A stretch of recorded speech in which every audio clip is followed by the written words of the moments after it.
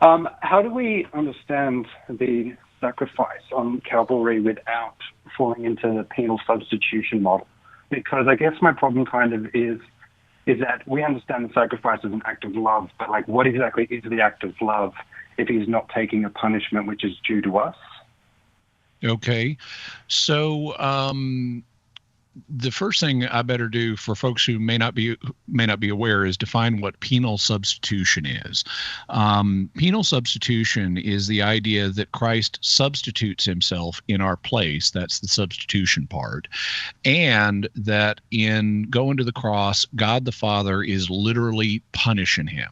He's given Jesus our punishment instead of us bearing our punishment. That's the penal part.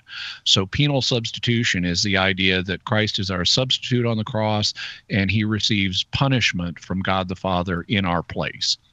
Now, this is a view that's common, for example, in Calvinist circles, but it is not so common elsewhere. Other Christians besides Calvinists tend to have other models for the atonement, and and I'd also mention the penal substitution view is also problematic.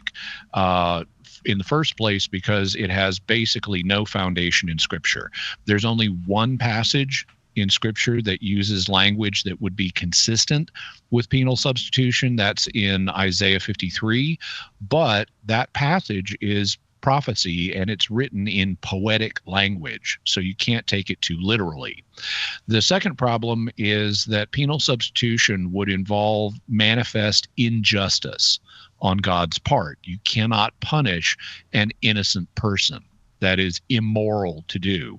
And since Jesus is an innocent person, God the Father cannot literally punish him.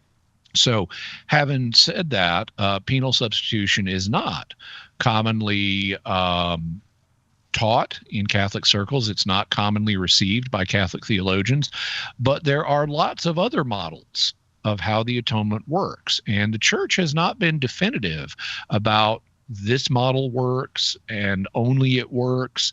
So there's a range of opinion about how different models of the atonement can work, and they're not all mutually exclusive.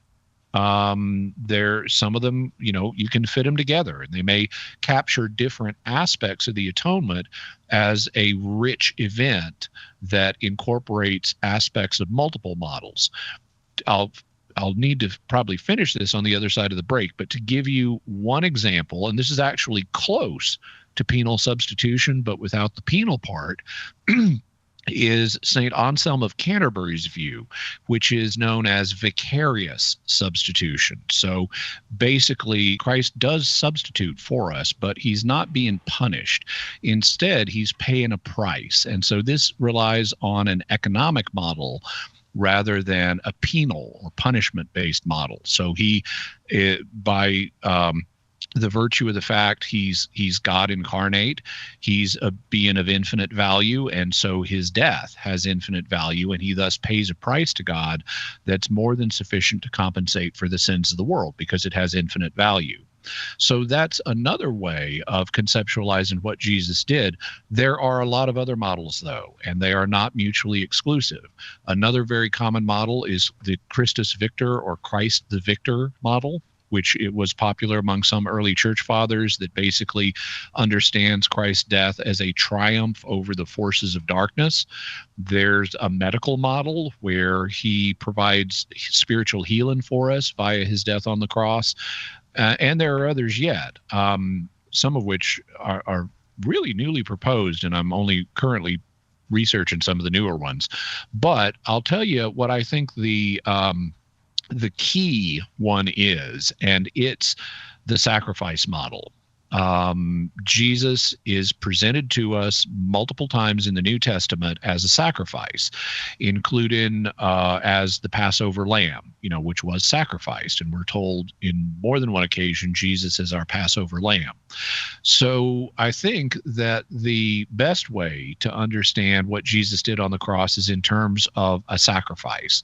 Now, that's something we're not as familiar with today, at least with animal sacrifices, but they had an agrarian culture back then, and so they did things in their culture that we still do today.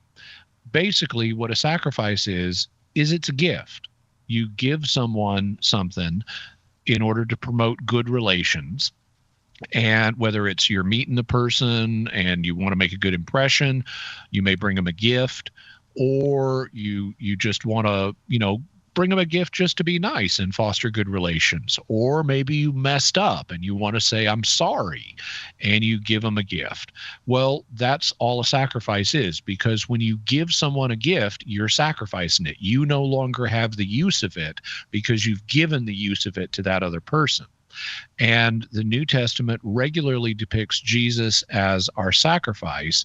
And in fact, he seems to sum up all of the different Old Testament sacrifices, which had different purposes. That's why we no longer, as Christians, continue to have animal or grain or oil or wine sacrifices.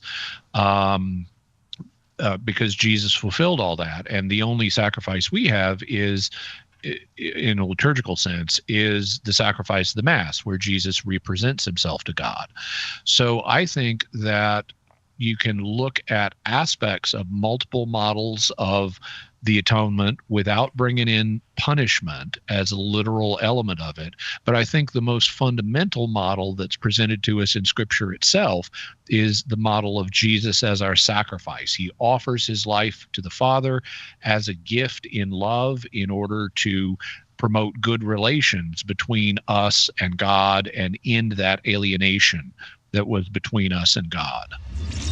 Hey, thanks for watching. If you like this Catholic Answer, be sure to like, subscribe, and check out our live streams Monday through Friday, 3 to 5 p.m. Pacific. Or find the episode after on YouTube, your favorite podcast platform, or our Catholic Answers app.